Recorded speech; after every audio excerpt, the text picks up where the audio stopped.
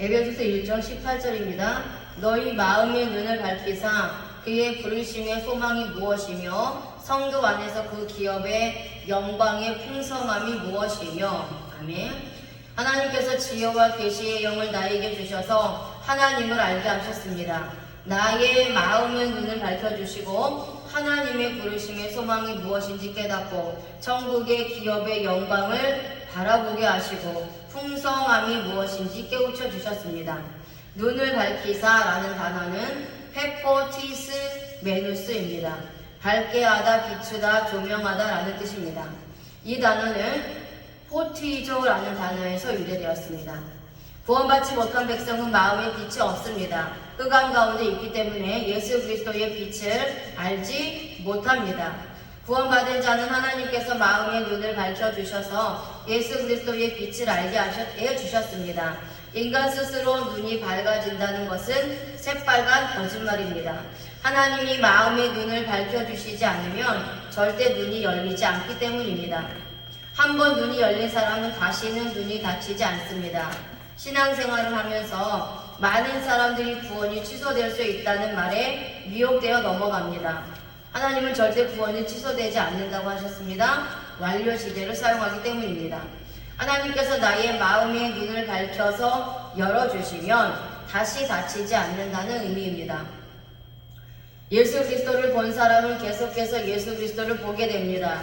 내가 거룩한 행위를 하지 않았다고 해서 다시 마음의 눈이 닫히지 않습니다.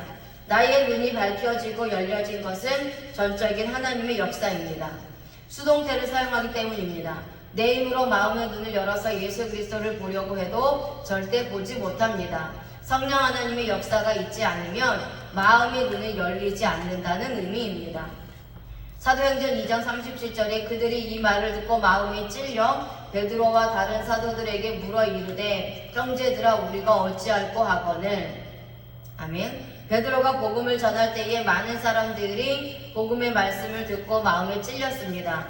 많은 사람들이 교회에서 복음의 말씀을 듣지만 모두 마음에 찔려 하지 않습니다.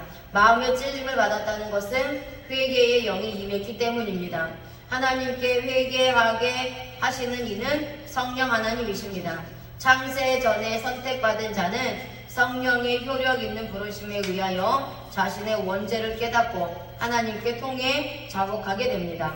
마음에 찔려는 카테니 계산입니다. 꿰찌르다 찌르다라는 뜻이고요. 이 단어는 카타니소라는 단어에서 유래되었습니다.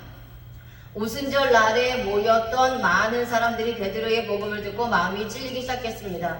이들이 마음이 찔렸다는 것은 예수 그리스도가 자신의 죄를 위해 십자가에서 꿰찔리신 것이 깨달아졌다는 의미입니다. 우리들도 회개가 터질 때는 십자가에 죽으신 예수 그리스도의 고통을 깨달을 때입니다. 그런데 중요한 것이 있습니다. 이들은 지금 복음을 듣고 있습니다.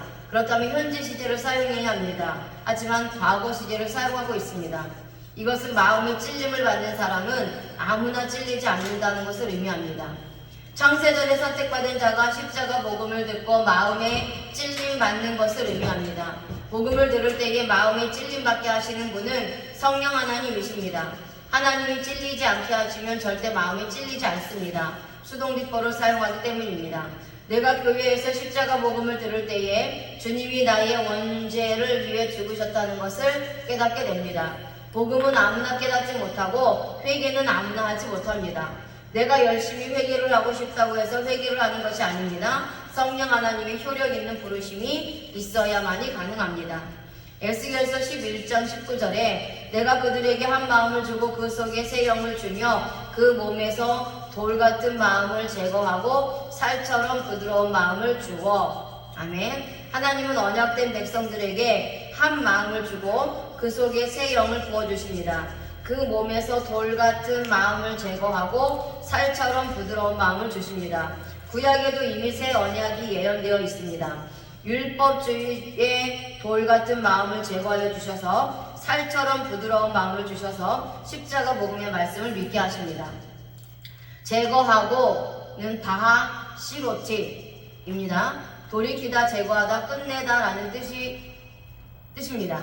이 단어는 수루라는 단어에서 유래되었습니다. 하나님께서 새 영을 부어주셔서 몸속에 있는 돌 같은 마음을 제거해 주셨습니다. 내가 율법주의자의 삶을 살아갈 때에 율법의 돌을 뽑아서 행위주의에서 복음주의로 나를 돌이켜 주셨습니다. 다시는 구원을 행위로 받지 않도록 예수 그리스도께서 십자가에서 구원을 끝내시고 완성하신 것을 믿게 해주셨습니다. 나의 심령에 율법을 돌을 뽑아내 주신 분은 하나님이십니다. 히피령을 사용하기 때문입니다. 하나님의 전적 역사를 의미합니다. 하나님의 역사가 아니면 행위주의에서 절대 복음주의로 돌아설 수 없습니다. 살처럼 부드러운 바살입니다. 살 육체라는 뜻이며 좋은 소식을 가져오다 라는 뜻에서 유래되었습니다. 하나님께서 돌 같은 마음을 제거하고 살처럼 부드러운 마음을 주셨다는 것은 예수 그리스도께서 십자가에서 나를 위해 죽으신 좋은 소식을 심령에 부어주신 것을 의미합니다. 십자가 복음을 죄인들에게는 기쁜 소식입니다. 예수 그리스도가 나를 위해 고난당하시고 죽으신 것을 믿을 수 있는 것은 성령 하나님께서 역사하셨기 때문입니다. 아멘.